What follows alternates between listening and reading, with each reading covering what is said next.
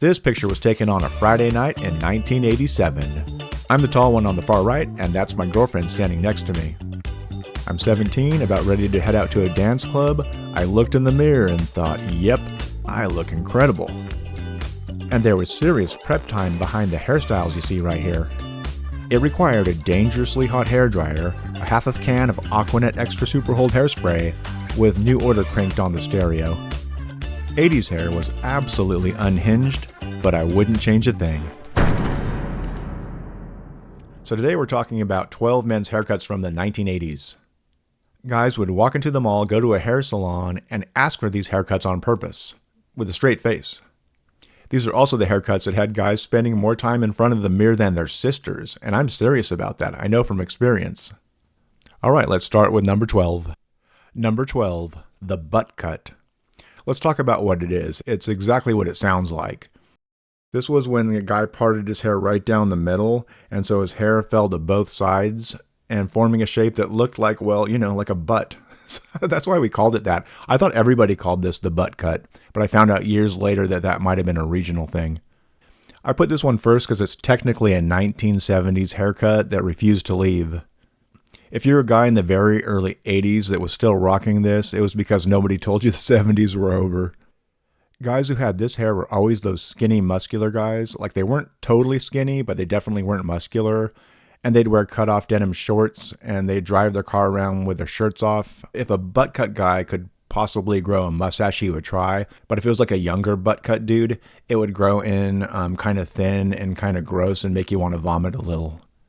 Number 11, the Gordon Gecko. If you saw Wall Street, you know exactly what I'm talking about. It's that slick back hair, not a single hair out of place, almost like a helmet. GQ magazine always featured this a lot. I think maybe like the guys were good looking so they could slick the hair back and you could see their features better or something. And the guys that tried to pull this off in real life that would wear their hair slicked back, they never looked GQ. It always just looked untrustworthy. Almost every guy that had this haircut wore way too much cologne. You'd sit next to him and your eyes would water. It was like tear gas. And I almost called this haircut the James Spader because James Spader played a character in Less Than Zero who was a drug dealer named Rip. He's the epitome of the slick back hair guy. It's just perfect. Number 10, the Whitesnake. Yeah, I know the main singer of Whitesnake's not the first person to have long hair like this. Not even close. I think that rock music and long hair has gone together since the 60s, right? But his was a very specific sort of heavy metal hair that looked like it required a whole can of hairspray. It was kind of frizzed out and it was frosted and probably permed. It was like the most high maintenance version of the heavy metal hair. I remember seeing the Here I Go Again video and just thinking it was awesome. You have this main singer who's legitimately a great singer. He sounds like Led Zeppelin, but just has this little bit of this 80s cheese that just makes it beautiful. You have Tawny Katane rolling around on Jaguars. And then the main singer, there's like a light behind him. It just was spectacular.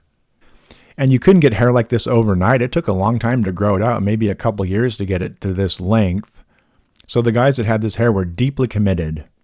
You didn't just get the Whitesnake, you committed to it. Number 9, the Jerry Curl. So Jerry Curl wasn't a hairstyle, it was a treatment. So it was a chemical treatment that gave glossy, very defined curls. The thing that made it unique was you had to have this curl activator spray on it. So the activator spray made it to where the hair was always kind of wet.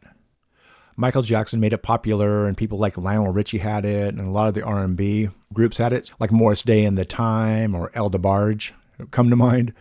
It even went into the late 80s. NWA had Eazy-E, who had a full-on Jerry Curl mullet. But the thing that made it memorable was the drip. I have a core memory riding on the city bus home from high school, and the guy had his head up against the window, and the activator spray was dripping down the window. Number 8, the Johnny Lawrence. You know what I'm talking about. You saw Karate Kid. You saw Johnny Lawrence. It was kind of the surfer haircut that had gone preppy. And this hair was where the bangs hung down over the face, and they kind of swept the bangs to one side, but then the bangs kept getting in their eyes, so they'd have to flick their hair back all the time. So when you're talking to a guy like this, he's giving you a smug look on his face, usually bragging about something, and then he has to flip his hair back several times during your conversation. These were the same guys that got a brand new car on their 16th birthday. When they were younger, they had Redline BMX bikes. Went to Hawaii every Christmas break. You know the type I'm talking about. Number 7, the perm. Yeah, guys were getting perms in the 80s. I remember in the mall walking by a hair salon and there's always people getting perms and it smelled like a sewage plant. I'm not sure who made it popular. I think the guys from Air Supply had this hair. And the thing about a perm is it's kind of making a strong comeback with Gen Z with their broccoli haircuts. Look, I'm 56 years old. I'm supposed to be slightly irritated by what young people are doing. It's the thing, right? I'm just saying this is not going to age well. I mean, seriously, it looks like the Golden Girls to me. That's not a good look for a young man. Number 6, the Batcaver. Now, the Batcaver was a big variety of teased out hairstyles. I'd say that Robert Smith would be the most recognizable Batcaver haircut. But there were all sorts of variations of this haircut. I'm just kind of lumping it under one category. It was just wild hair that embarrassed our parents. In the 80s, you could really shock people. So I'm tall, I'm 6'4". And so with my hair kind of ratted out and teased up, I'm 6'7". I remember specifically walking into a store to get a Diet Coke or something like that. And there was a lady ahead of me and she turned around. She's like, oh, lost her breath and left the line. She was so scared of me. It was fun during the 80s because you could still shock people with hair, which after a while, like in the 90s, that wasn't a thing, right? The old people were terrified. They wouldn't even make eye contact with you. Number 5, the bi-level. Here's something that's going to mess with your head a little bit. We did not call this the mullet in the 80s. I'm not even sure when we started calling it the mullet. I think the mid-90s. But by then, the haircut was already on the way out. So in the 80s, this was known as bi-level, but I don't even think I used the term bi-level. We called it soccer player hair. Some people called it hockey hair. It was typically the jocks that had it. And these were the same sorts of guys that had an IROC as their dream car, like a IROC Z. Another group that had bi-level mullets were toddlers or young kids.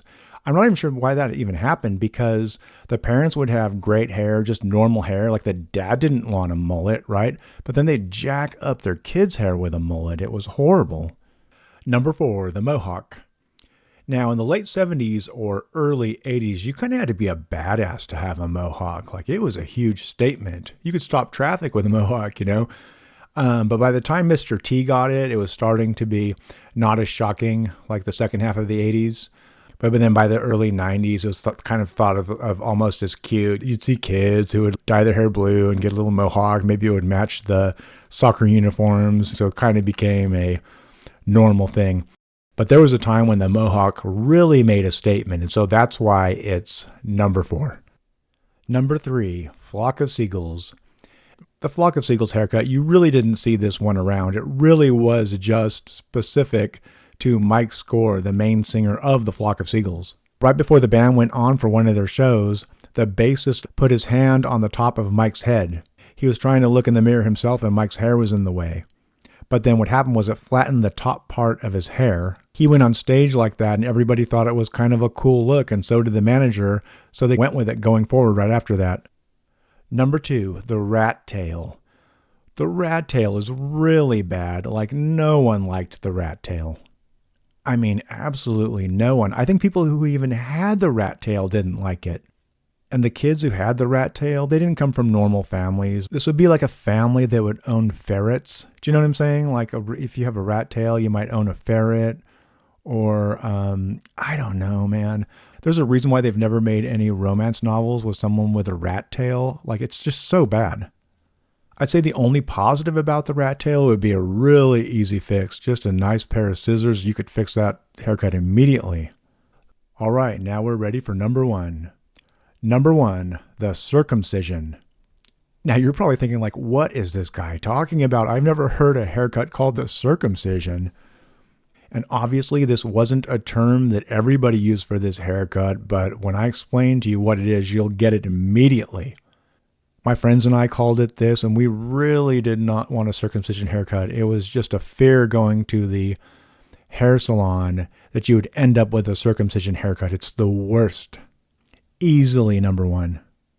So it's longer on top, and then it's a stair step into like a buzzed haircut. So it's super short on the sides and back, but then it's like it forms like a mushroom top. You know what I'm saying? There's a reason why we call it the circumcision. I honestly think that nobody got this on purpose, but for some reason, beauty salon people, there was a certain percentage of them that would circumcise your hair like this. It was horrible. I specifically remember going to a hair salon in 1988. I think it was Jean Juarez Hair Salon. I went in with normal looking hair and came out circumcised. I think I wanted it kind of a little bit more faded, but we didn't know the terminology. I remember looking in the mirror, turning around where they hand you the mirror to look at the back of your hair, full on mushroom circumcision haircut. I remember turning around and then looking into the mirror and just, oh my goodness, what am I going to say? I almost wanted to cry. And then the hairstylist says, "Do you like what you see?" And I'm like, trying to fight back the tears. And then I pay my $20 and just leave. And I remember trying to get out of the mall as quickly as possible and just hope nobody saw me. And you know, when you get a new haircut and you're in the mall and they have like windows and stuff where you can see your reflection. So the whole time out of the corner of my eye, I'm just looking at my reflection, and a full-on circumcised mushroom top hair is all I saw. It was horrible. Definitely the worst haircut I had ever received. Man, the 80s were something else. If you had one of these haircuts, which I'm sure you did, drop it in the comments. I want to know which one. And if you want me to do the women's version of this list, let me know below, because that'll be a really fun one to make as well.